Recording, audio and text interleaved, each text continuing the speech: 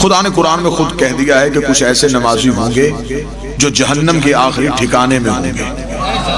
اس کا مطلب نماز تھی لیکن فائدہ نہیں تھا، عبادت تھی لیکن فائدہ نہیں تھا۔ یہاں خدا اگر نقصان دیتا تو خدا یہ کہہ دیتا کہ اس ذکر میں کچھ فائدہ ہے کچھ نقصان ہے۔ خدا نے کہا جس ذکر کی میں بات کر رہا ہوں اس ذکر میں سوائے فائدے کے ہے ہی کچھ نہیں، اس میں صرف اور صرف فائدہ ہے، بس فائدہ ہے، فقط فائدہ ہے اور صرف فائدہ ہے، نقصان ہے ہی نہیں، اس میں صرف فائدہ ہے۔ اب یہاں پہ آ کے بات آسان کر لیتے ہیں کہ خدا نے کہا کہ وہ ذکر ہے اور ذکر میں فائدہ ہے۔ اب آئیں قرآن سے پوچھ رہے ہیں کہ میرے اللہ یہ ذکر کون سا ہے جس ذکر کی تو بات کر رہا ہے؟ یہ ذکر تسبیح ہے، یہ ذکر عبادت ہے، یہ ذکر نماز ہے، یہ ذکر تیرے سامنے سجدہ کرنے کا نام ہے، یہ ذکر کس چیز کا نام ہے؟ اگلی جگہ پہ خدا نے قرآن پہ اس کی وضاحت کر دی۔ خدا نے کہا کہ بے شک ہم نے تمہاری طرف رسول کو بھیجا ذکر بنا کے۔ یہاں خدا کہہ رہا ہے کہ ذکر کرو جس میں مومنین کے لیے فائدہ ہے۔ اب اس ذکر کے لیے ایک اور میں آیت پڑھ دیتا ہوں جس میں تھوڑی اور تفسیر واضح ہو جائے گی، تمہید مکمل ہو جائے گی اور ہم جلدی نتیجے کے قریب چلے جائیں گے۔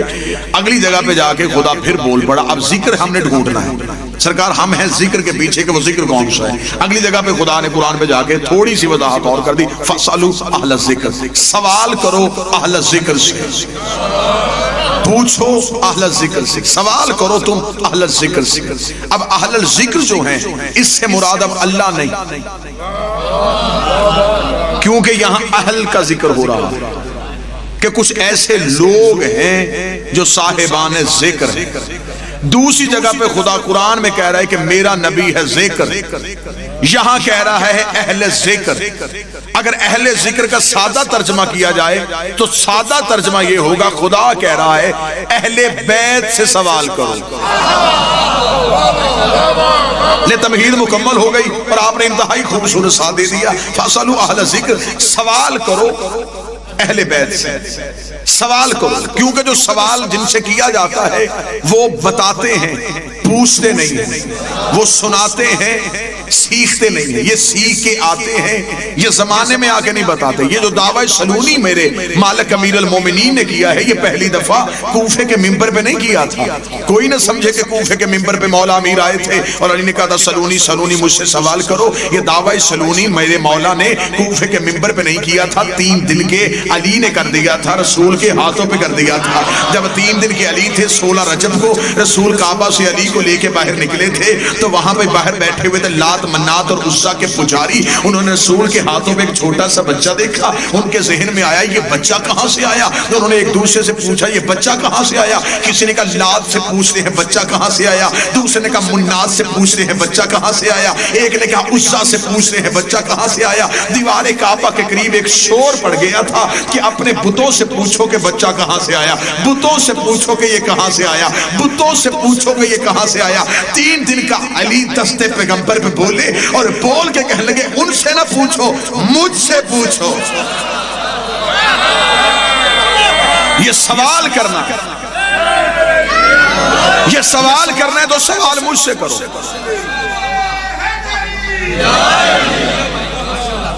سوال مجھ سے کرو، پوچھو مجھ سے۔ آج بندے اکثر یہ اعتراض کرتے کہ حد ہو گئی ہے، شیعہ فضائل علی میں اتنا آگے چلے جاتے ہیں، سمجھ میں نہیں آتا۔ کبھی 3 دن کا بچہ بھی بول رہا ہے، چل تو علی کو نہ مان، جن ہاتھوں پہ بول رہا انہیں تو مان۔ یہ تو مانتے کہ یہ وہی ہاتھ ہے جس پہ پتھر بولے تھے۔ میں تو ذمہ دار چہروں سے گفتگو ہو گئی کہ ہاتھ وہ ہیں جن پہ پتھر بولے، پتھر بولے تو کوئی اعتراض نہیں، کیونکہ دستے پیغمبر پہ بے عیب چیز بولتی ہے۔ 3 دن کے علی بولے اور 3 دن کے علی نے ماضی کی خبر بھی دی، مستقبل کی خبر بھی دی۔ غیب جاننا کسے کہتے ہیں؟ حاضر کو جاننا غیب نہیں، غیب کو جاننا غیب۔ ماضی غائب ہے، میں پہنچا مجھ سے پہلے کس نے پڑھا میں نہیں جانتا، میں پڑھ کے چلا جاؤں گا میرے بعد کون پڑھے گا میں یہ بھی نہیں جانتا۔ اس وقت میرے سامنے کتنے بیٹھے ہیں میں یہ جانتا ہوں. جو ماضی میں جھانکے وہ بھی علم غیب جانتا ہے، جو مستقبل کی خبر دے وہ بھی علم غیب جانتا ہے. علم غیب کی تعریف یہی ہے، علمی چہرے تشریف فرما ہے جو ماضی اور مستقبل کی ہمہ وقت خبر دے سکتا ہو، وہ علم غیب جانتا ہے. 3 دن کے علی نے رسول کے ہاتھوں پہ آ کے 2 اعلان کیے. فرمایا توریت سناؤں،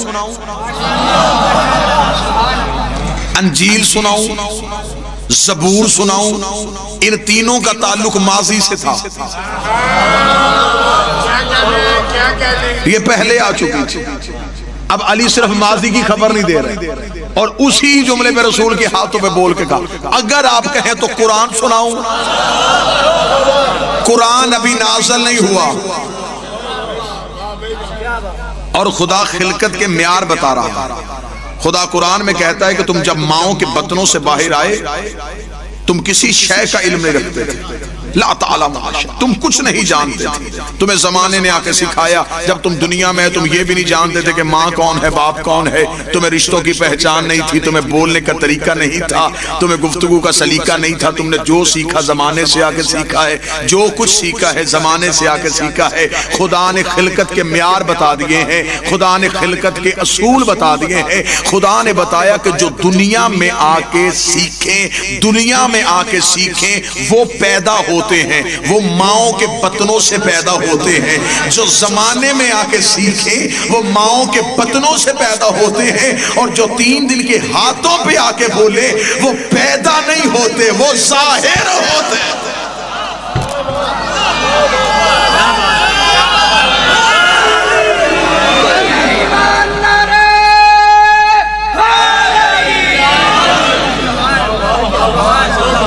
وہ پیدا نہیں ہوتے. اس کی دلیل دیتے ہیں تو دلیل قرآن سے لے لیتے ہیں. بسم اللہ الرحمن الرحمن علم القرآن خلق الانسان. رحمان ہے وہ جس نے پہلے علم دیا پھر خلق کیا. علم پہلے خلقت بعد. یہاں جو پیدا ہوتے ہیں ان کی خلقت پہلے علم بعد. یہ جو رہتے ہیں یہ 14 اور قرآن سے. قرآن تو بار بار پکار کے، قرآن تو ہے ہی آل محمد کے قصیدے کا نام. اور انتہائی پڑھے لکھے احباب تشریف فرما ہے قرآن اپنے اندر کئی معنی رکھتا ہے. اکثر بندے کہہ دیتے ہیں، میں نے زندگی میں کبھی اہل علم مولانا میرے بھائی تشریف فرما ہے، میری سعادت ہے میرے اہل سنت برادران کے جید علماء کرام تشریف فرما ہے. اکثر لوگ یہ سوال کر دیتے ہیں فلاں بندے نے ترجمہ غلط کیا، فلاں کا ترجمہ غلط ہے. میں نے کبھی نہیں کہا. میں نے کہا ہر کوئی ترجمہ ٹھیک کرتا ہے اپنی معرفت کے مطابق. ترجمہ سب ٹھیک کرتے ہیں اپنی معرفت کے مطابق. اس کے لیے میں اگلا جملہ معرفت کا کہنے لگا ہوں. قرآن ہاتھوں پہ آ کے جب کھلتا ہے نا تو قرآن قاری کا چہرہ دیکھتا ہے. جتنی معرفت ہوتی ہے اتنے معنی اگلتا ہے. استاد منیر نیازی کا مجھے جملہ یاد آ گیا. وہ کہا کرتے تھے قرآن کی آیتیں اتنی حسین ہیں یہ بے ضمیر چہروں سے پردہ کرتی ہیں. قرآن کی آیتیں اتنی حسین ہیں یہ بے ضمیر چہروں سے پردہ کرتی ہے، چھپ جاتی ہے. کیونکہ قرآن کہہ رہا ہے کہ میرے اندر بھی ایک چھپی ہوئی کتاب ہے. قرآن قاری کا چہرہ دیکھتا ہے اور پھر قرآن اس کی معرفت کے مطابق اپنے معنی اگلنا شروع کر دیتا ہے. جتنی وہ معرفت بڑھاتا جاتا ہے قرآن اسے اتنی ہی معرفت دیتا چلا جاتا ہے. اور بہتر ہوتا ہے کہ جب قرآن وارث سے لیا جاتا ہے تو پھر قرآن اپنے معنی کو صحیح انداز میں بہتر طریقے سے بیان کرتا ہے. جیسا کہ میرے بادشاہ کے سامنے ایک شخص نے آ کے کہا مولا ایک طرف آپ کہتے ہیں کہ حدیث ہے ہم سارے ہی محمد ہیں، پھر آپ میں کوئی علی کیوں، کوئی حسن کیوں، کوئی حسین کیوں، کوئی سجاد کیوں، کوئی جعفر کیوں، پھر سارے محمد کیوں نہیں، پھر یہ نام مختلف کیسے؟ اب جواب ہی بتائے گا کہ میں امام کی زبان سے نکلا ہوں. اس میں بتانے کی ضرورت نہیں ہوتی. معصوم اور غیر معصوم کا لہجہ بتا دیتا ہے، جملہ بتا دیتا ہے کہ میں کس زبان سے نکلا ہوں. جس کی زبان بولی اور نہج البلاغہ بنے. جب اس نے کہا کہ مولا یہ آپ اگر سارے محمد ہیں پھر کوئی علی، کوئی حسن، کوئی حسین، کوئی موسیٰ، کوئی جعفر، کوئی رضا، کوئی تقی، کوئی نقی، یہ نام مختلف کیوں؟ امام مسکرائے. امام نے کہا وہ سامنے طاق سے قرآن لے کے آیا، اس نے قرآن لا کے امام کے ہاتھوں پہ رکھا. امام نے بند قرآن کو دیکھا. امام نے کہا یہ کیا ہے؟ اس نے کہا قرآن. امام نے کھول کے کہا یہ رحمان کیوں ہے، یہ بقرہ کیوں ہے، یہ آل عمران کیا کہنے سرکار. یہ کھلتا ہے تو صورتوں کی صورت میں، سمٹتا ہے تو قرآن کی صورت میں. فرمایا ہم جب کھلتے ہیں تو 14 ہو جاتے ہیں، ہم سمٹتے ہیں تو محمد ہو جاتے ہیں.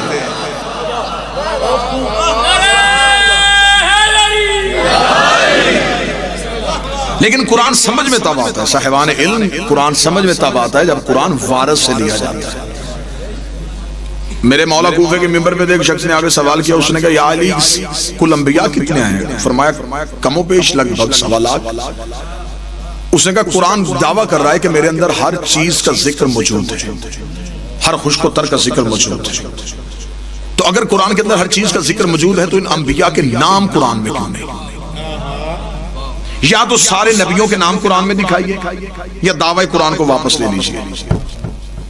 امیر المومنین مسکرائے اور کوفے کی مسجد کے باہر ایک نیم کا درخت، جسے ہم اردو میں نیم کا درخت کہتے ہیں، اس میں ایک پھل لگا ہوتا ہے جسے اردو میں نبولی بولتے ہیں. امیر نے فرمایا وہ نبولی توڑ کے لے کے، وہ نبولی توڑ کے لے کے علی نے فرمایا میرے ہاتھ پہ رکھ.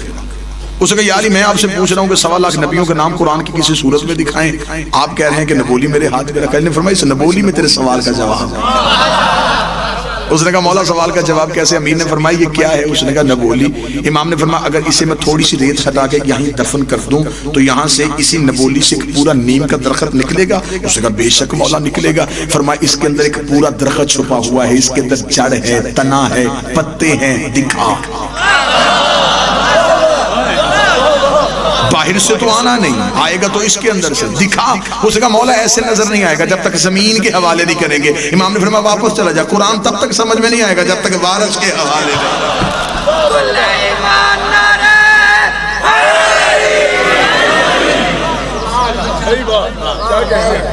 فَاسْأَلُوا أَهْلَ الذِّكْرِ، سوال کرو تم اہل الذکر سے. دعوی سلونی جو امیر المومنین نے کر دیا، یہ امیر المومنین نے 3 دن کی عمر میں بتا دیا کہ ہمارے ہاں معیار خلقت کیا ہے. یہ علم اپنی جبلت میں لے کے آئے.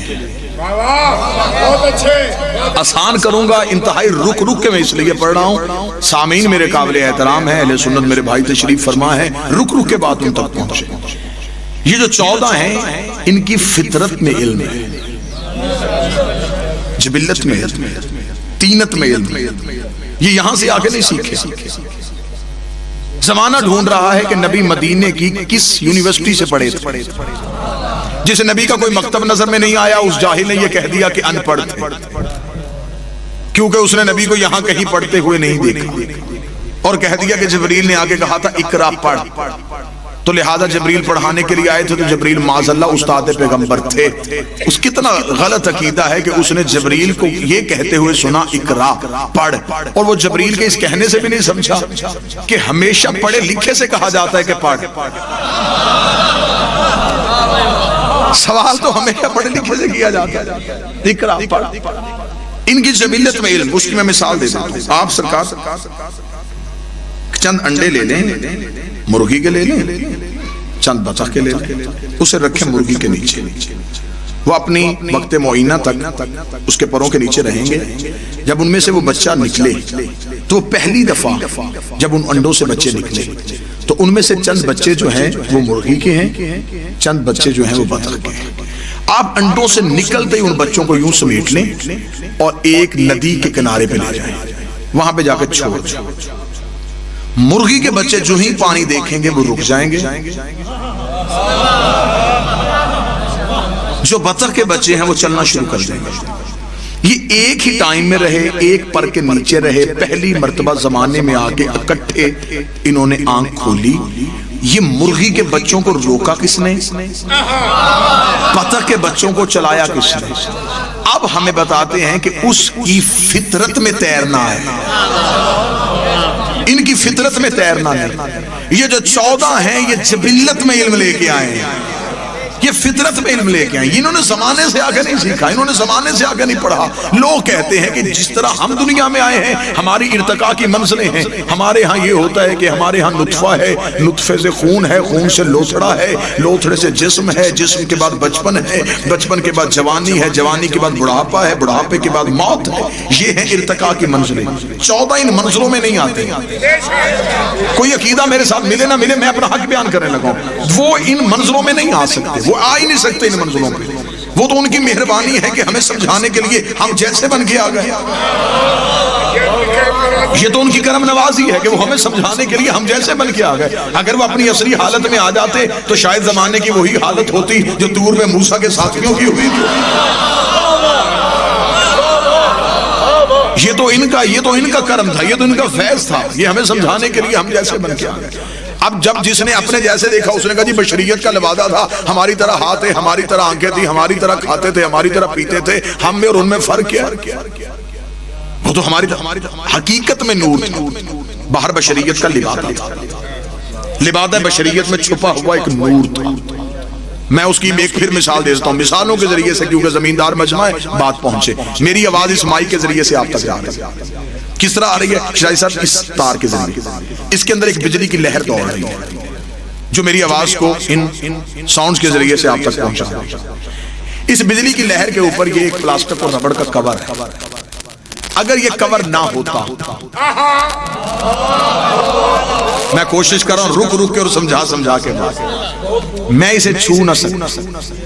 اس کے اندر ایک تیز لہر, ایک تیز رو ہے جو دوڑ رہی ہے. باہر جس نے بنائی اس نے ایک کور چڑھا دیا تاکہ انسانیت فائدہ بھی لے, نقصان بھی لے. ہر بندہ پڑھا لکھا نہیں ہوتا, لوگ اسے ہاتھ بھی لگا لیں, فائدہ بھی لیتے رہیں, نقصان بھی. جب تک یہ ہمارے قریب رہی اس کے اوپر یہ کور رہا. لیکن یہ جو باہر کھمبوں کے اوپر ہے, ان کے اوپر کور کیوں؟ وہاں ان سے زیادہ وولٹیج ہے, کیونکہ وہاں اس کے علاوہ جانے والا کوئی نہیں. وہاں یہ اپنے مسکن سے آتی ہے, مسکن میں جاتی ہے, وہاں یہ اپنی اصلی حالت میں رہتی ہے. مثال میں نے بڑی سادہ کر کے دے دی تھی کہ شاید اس سے آگے مجھے بحث کی ضرورت نہ پڑے. جب تک نبی کا نور انسانیت کے قریب رہا, اس کے اوپر بشریت کا لبادہ رہا, جب اپنے مسکن پہ گیا پھر اپنی اصلی حالت میں گیا تھا. اور جبریل نے بھی پر جوڑ کے کہا تھا ایک لمحہ بھی آگے گیا تیرے نور سے پر جل جائے گا.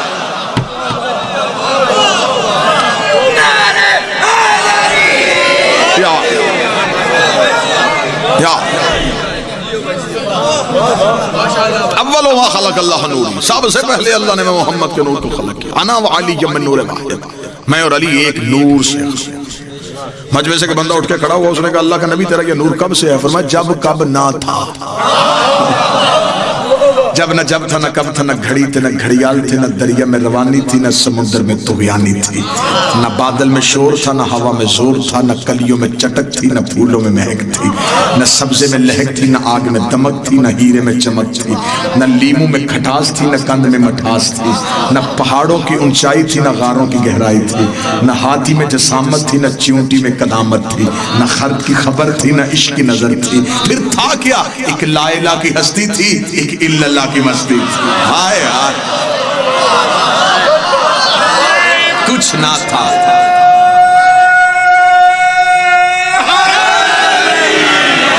کچھ نہ تھا ہم تھے, کچھ نہ ہوگا ہم ہوں گے. کچھ بھی نہ تھا, کیا کہوں کیا تھا, جو بھی کہوں گا وہ لفظ ہوں گے. لفظ نہ تھے, یہ تھے. میری مجبوری ہے, خطابت کر تو رہا ہوں لیکن مجبوری ہے کہ میں کیا کہوں کیا تھا. زبان جبرائیل کی طرح کام کے پیچھے رہ جاتی ہے. کیا کہوں کیا تھا, اور یہ تھے. بس یہ ہے, ایک بنانے والا تھا, ایک بننے والا تھا, ایک عزت دینے والا تھا, ایک عزت پانے والا تھا. ایک نور تھا اور ایک نور کی پرچھائی تھی. ایک حقیقت تھی اور ایک مثل تھی. یہ توحید کی مثلیں ہیں. جب آپ آئینے کے سامنے کھڑے ہوتے ہیں, جو آئینے کے اندر نظر آ رہا ہوتا ہے وہ آپ نہیں ہوتے, آپ کی مثل ہوتا ہے.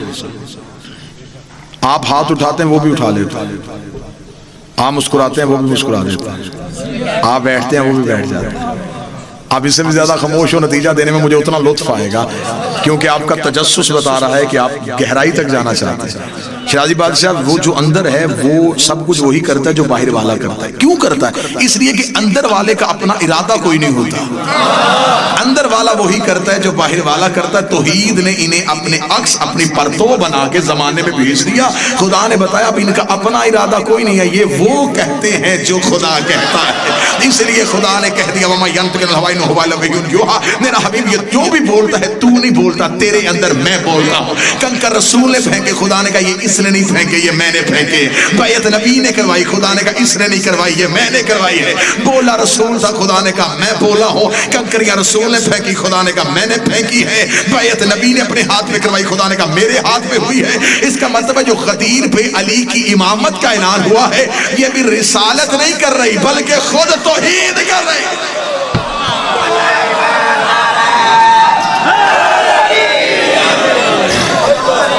بسم اللہ صلی اللہ علیہ وسلم۔ اس نے اپنے عکس بنا کے انہیں بھیج دیا اپنی، بس یہ وہ وجود ہے جس کے اندر اس کے نور کی حقیقتیں اور تجلیاں ظاہر ہوتی ہیں۔ یہ وہ سراپے ہیں، یہ وہ شکلیں ہیں جو اس کی پہچان کرواتے ہیں۔ آسان کر دیتا ہوں، یہ 14 وہ صاف اور شفاف آئینے ہیں جن سے توحید نظر آتی ہے۔ اب آپ مجھ میں سوال کریں گے اللہ کو ضرورت کیا تھی شکلوں کے ذریعے سے اپنی پہچان کروانے کی؟ تو پروفیسر صاحب پھر میں تو یہی جواب دوں گا نا، اس کو ضرورت نہیں تھی، ہم جاہل تھے، اسے ہماری علمی قابلیت کا پتہ تھا۔ یہ اتنے پڑھے لکھے ہیں، یہ اپنے بچے کو پڑھاتے الف ہیں اور دکھاتے انار ہیں، پڑھاتے الف ہیں دکھاتے انار ہیں، پڑھاتے بے ہیں دکھاتے بکری۔ اب استاد کا گریبان پکڑ کے پوچھ پڑھایا الف دکھایا انار کیوں؟ وہ کہے گا الف لفظ ہے، انار پہچان ہے، الف لفظ ہے، انار پہچان ہے۔ تو بات تو یہی ہے، اللہ ذات ہے، 14 پہچان ہے، یہ ذات ہے 14 پہچان۔ مشکل بات تو اس میں ہے ہی کوئی۔ انہوں نے اس کی پہچان کرائی، انہوں نے زمانے میں آ کے بتایا کہ اللہ ہے۔ یہ اللہ بننے نہیں آئے تھے، اللہ منوانے آئے تھے۔ واللہ بخدا بہت آسان تھا ان کے لیے اپنے آپ کو اللہ منوانا۔ جس دور میں لوگ پتھر پوج رہے تھے وہ انہیں سجدہ نہیں کر سکتے، انہوں نے سجدہ کر کے بتایا کہ اللہ وہ ہے جسے ہم جھک رہے ہیں۔ ہم سجدے کرتے ہیں جنت کے لالچ میں، یہ سجدے کرتے ہیں اسے منوانے کے لیے۔ کتنا فرق ہے ان کی عبادت میں اور ہماری عبادت میں۔ یہاں جنت کا لالچ کوئی نہیں، دوزخ کا خوف کوئی نہیں، یہاں عبادت ہے تو توحید کو منوانے کے لیے، اللہ کو منوانے کے لیے ہے۔ کیونکہ اس سے پہلے جتنے بھی ادیان عالم آ چکے تھے، ہر دین کا آغاز، دین کا وجود خوف کی وجہ سے ہوا تھا۔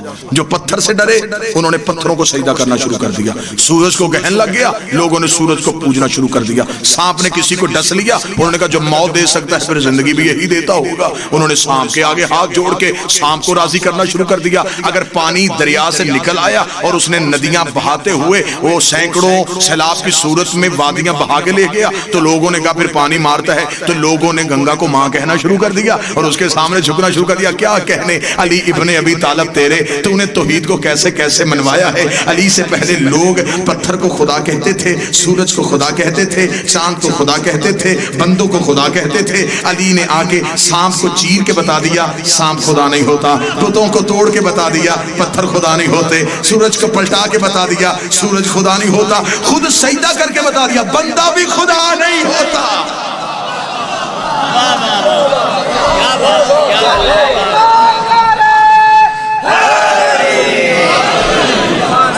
اول ما خلق اللہ نے سب سے پہلے اللہ نے محمد کے نور کو خلق کیا اور پھر میں اور علی ایک نور سے خلق ہوئے۔ بندے نے سوال کیا یا رسول آپ کا نور کب سے؟ فرمایا جب کچھ نہ تھا۔ پھر بھی کب سے ہے؟ فرمایا خدا نے 12 حجابات بنائے، 12 پردے بنائے، 12,000 سال تک ہمارا یہ نور حجاب قدرت میں رہا جہاں پر سبحان ربی الاعلی کی تسبیح پڑھتا رہا۔ 11,000 سال تک یہ نور حجاب منت میں رہا جہاں پر سبحان من هو قائم لا یلهو کی تسبیح پڑھتا رہا۔ 10,000 سال تک یہ نور حجاب سعادت میں رہا جہاں پر سبحان من هو دائم لا یسهو کی تسبیح پڑھتا رہا۔ 8,000 سال تک یہ نور حجاب کرامت میں رہا جہاں پر سبحان من هو غنی رفت کی تسبیح پڑھتا رہا۔ 7,000 سال تک یہ نور حجاب عزت میں رہا جہاں پر سبحان ذی العزت والجبار کی تسبیح پڑھتا رہا۔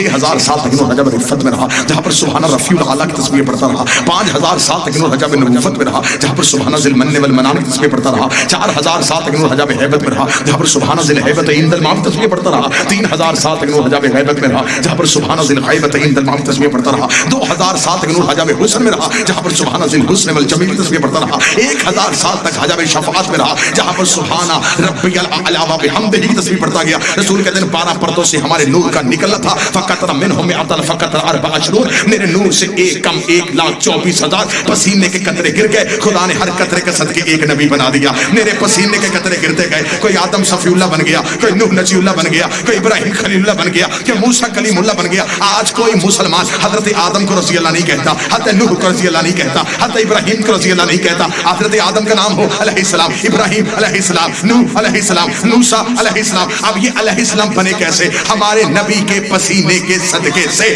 فیصلہ گھر جا کے کرنا، جو پسینے سے بنے وہ علیہ السلام، جو خون سے بنے وہ رضی اللہ کے۔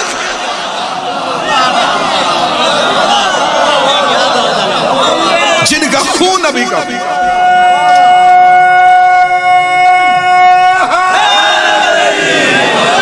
جن کا خون نبی کا اپنا خون، دموں کا دم ہے، جسموں کا جسم ہے، لحموں کا لحم، تیرا گوشت میرا گوشت، تیرا خون میرا خون، تیرا جسم جسم،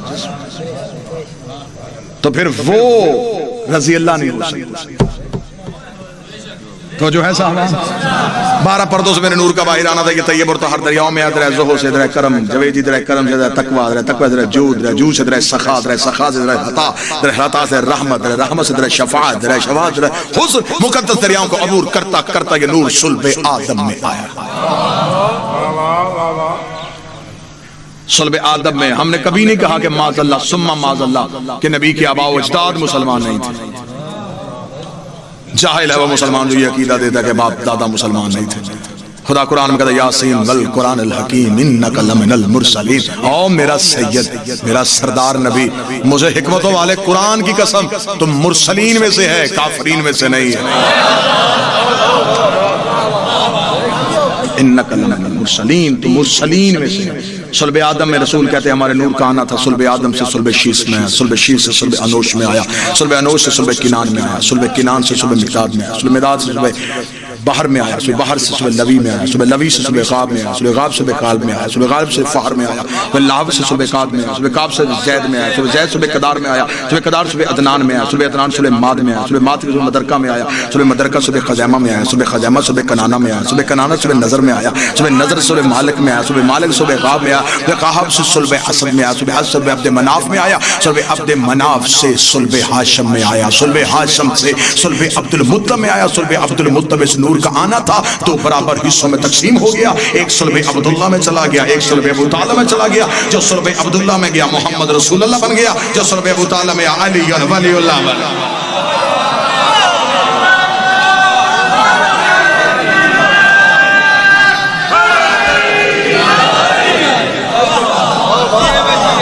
جی ہاں، معصوم سے سوال کیا گیا کہ مولا آپ توحید کے کہاں رہتے تھے؟ فرمایا ہم توحید کی اندیت میں رہتے تھے۔ بڑا خوبصورت سفر ہوا، تو میں چاہتا ہوں کہ نتیجہ بھی اتنا ہی خوبصورت ہونا چاہیے۔ فرمایا ہم توحید کی اندیت میں رہتے تھے۔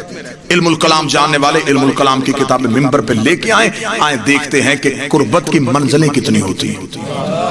بات تھوڑی مشکل ہے لیکن جہاں آپ نے اتنی محبت کی ہے اس معاملے میں ساتھ کتنی منزلیں ہوتی ہیں سرکار؟ منزلیں ہوتی ہیں 4: قرب، دن، لدن، اندیت۔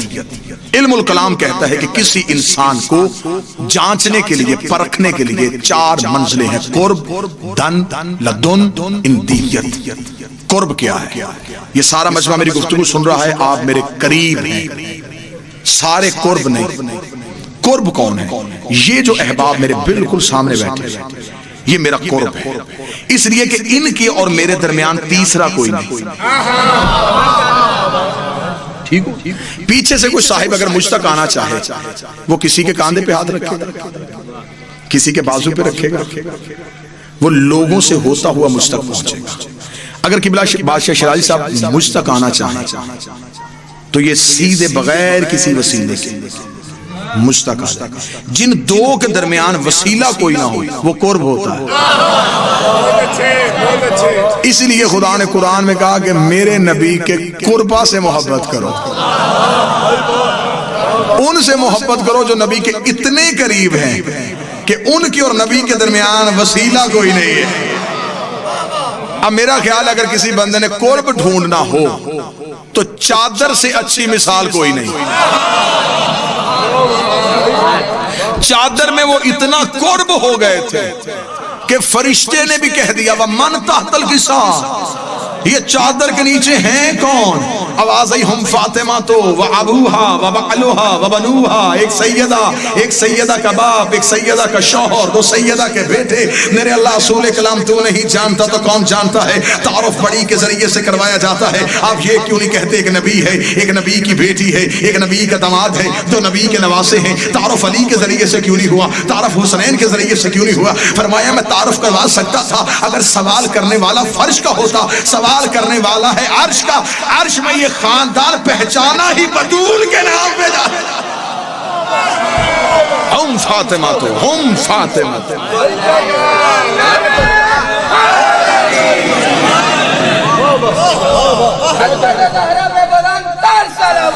اللہم صلی علی محمد وآلہ. اور رسول نے خدا نے کہا کہ کیونکہ آج میں نے سیدہ کے ذریعے سے تعارف سیدھے کروایا. اہل سنت بھائیوں کے لیے پیغام کہ آج ہو رہا ہے اہل بیت کا تعارف. میں شروع کروں گا زہرا کے نام سے, سیدہ کا باپ, سیدہ کا شوہر, سیدہ کے بیٹے. اگلا جملہ میں بلندی پہ جا کے لگا خدا نے کہا میں سیدہ کے ذریعے سے تعارف کروا کے تمہیں منوا رہا ہوں کہ اہل بیت نبی کے رشتہ داروں کا نہیں, بطول کے رشتہ داروں کا. اب جس نے بھی اہل بیت میں آنا ہو شرط یہ ہے کہ اس کا تعلق بطول سے ہونا چاہیے, سیدہ سے ہونا چاہیے. اور خدا نے اہل بیت کا فرق سمجھا دیا. جو چادر کے نیچے تھے وہ بیت تھے, جو باہر تھا وہ حرم تھا. ٹھیک. آج بھی جس پہ چادر ہے وہ بیت اللہ ہے, جو باہر ہے وہ حرم ہے. حرم بیت نہیں. حرم کی عزت ہی بیت کی وجہ سے ہے. بیت کا حرم, ان کا تعارف ہی اس لیے ہے کہ یہ بیت کا حرم. تو یہ ہے قرب. بس یہ مثال سنیے گا اور اسی پہ گفتگو ختم. قرب یعنی کہ یہ دو درمیان تیسرا قرب. اس سے اگلی منزل کون سی ہے سرکار؟ دن. دن کسے کہتے ہیں؟ خدا سورہ واقعہ میں کہتا ہے کہ جنت میں جنتی جو پھل کھائیں گے یہ ان کی مقام دنو پہ ہوگا. ہاتھ اٹھائیں گے اور پھل ہاتھ میں آ رہے ہیں. اس کا مطلب کہ جو ہاتھ تک پہنچے اسے دن کہتے ہیں. اس لیے خدا نے قرآن میں کہا کہ میرا حبیب معراج کی رات مقام دن پہ آ گیا. بسم اللہ میرا حبیب واجب الاحترام قبلہ تشریف لے. بس اسی بات پہ جو بات آپ تک پہنچانی گفتگو ختم ہو گئی. اسی کو وصول کیجئے گا اور دعا دے دیجئے گا. دن جہاں تک ہاتھ پہنچے. لدن کیا ہے؟ مشکل گفتگو ہے لیکن بہت داد آپ کو کہ آپ نے احسن طریقے سے گفتگو کو سماعت کیا. قرب یہ فاصلہ جن کے درمیان کوئی نہ. بولیے گا نا تھوڑا سرکار میرے ساتھ. دنو بو یعنی کہ یہ مائک ہے نا جی, یہ میرا قرب بھی ہے, دنو بھی ہے. شرائط صاحب میرا قرب ہے, دنو نہیں, ہاتھ نہیں پہنچے. اس کے اور میرے درمیان تیسرا بھی کوئی نہیں, ہاتھ لگا کے چھو بھی سکتے. قرب بھی ہے, دن. اس سے اگلے جو منزل ہے اسے کہتے ہیں لدن. یہ جو میرے بدن کا لباس ہے یہ قرب بھی ہے, دن بھی ہے, لدن بھی ہے. لدن اس لیے ہے کہ یہ میرے جسم کے ساتھ ہے, میں نہیں. یہ میرے جسم کے ساتھ ایسے لگا ہوا ہے لیکن میری ذات نہیں. اب اس کے بھی دو حصے ہوتے ہیں کہ یہ دیکھیں یہ رومال ہے, اگر میں اپنا ہاتھ چھپاؤں تو اس رومال کو دو تہیں ہیں. ایک وہ جس نے آپ کی نظروں کو روکا ہوا ہے, ایک یہ ہے جس نے ہاتھ کو چھپایا ہوا ہے. آپ کو یہ نظر آ رہا ہے, یہ نہیں. شاید اسی لیے جس نے یہاں سے دیکھے اسے اپنے جیسے لگے, اس سے اگلی ہے اندیت، اور یہ 14 توحید کی اندیت میں رہتے ہیں۔ اندیت کیا ہے؟ یہ جو مجلس میں آپ کے سامنے پڑھ رہا ہوں، یہ گفتگو کہاں سے آ رہی ہے؟ میں دیکھ کے تو نہیں پڑھ رہا، کہیں سے سن کے تو نہیں پڑھ رہا، یہ گفتگو، یہ باتیں، یہ لفظ کہاں ہے؟ یہ میرے اندر ہے، یہ میری اندیت میں ہے، یہ میرے اندر ہے، یہ میرے اندر ہے۔ میں چاہتا ہوں اگلا لفظ یہ کہوں، میں ارادہ کرتا ہوں لفظ ظاہر ہو جاتا ہے، میں سوچتا ہوں اگلا لفظ یہ کہوں گا اور وہ ظاہر ہو جاتا ہے۔ اس کا مطلب یہ میری مشیت کے تابع ہیں، میرے ارادے کے تابع ہیں۔ میں صرف ارادہ کرتا ہوں، یہ ظاہر ہو جاتا ہے۔ بڑے سے بڑا سائنسدان لے کے آؤ، وہ میرے خون کے خلیے دیکھ لے گا، وہ میری ہڈیوں کی تہیں دیکھ لے گا، وہ میرے جسم کا ایک ایک ذرہ چھان سکتا ہے، لیکن وہ جتنی مرضی بڑی ہیوی مشینری لگا دے، وہ میرے جسم کے اندر سے میرے لفظ نہیں ڈھونڈ سکتا۔ یہ میرے لفظ کہاں ہے؟ یہ میرے اندر ہے۔ اندر ہے تو نظر کیوں نہیں آتے؟ اس کا مطلب جو اندیت ہوتی ہے وہ حقیقت میں نظر نہیں آ رہی ہوتی، میں صرف ارادہ کرتا ہوں، یہ ظاہر ہو جاتا ہے۔ خدا نے کہا یہ 14 اندیت میں ہے، میں ارادہ کرتا ہوں، یہ ظاہر ہو جاتا ہے۔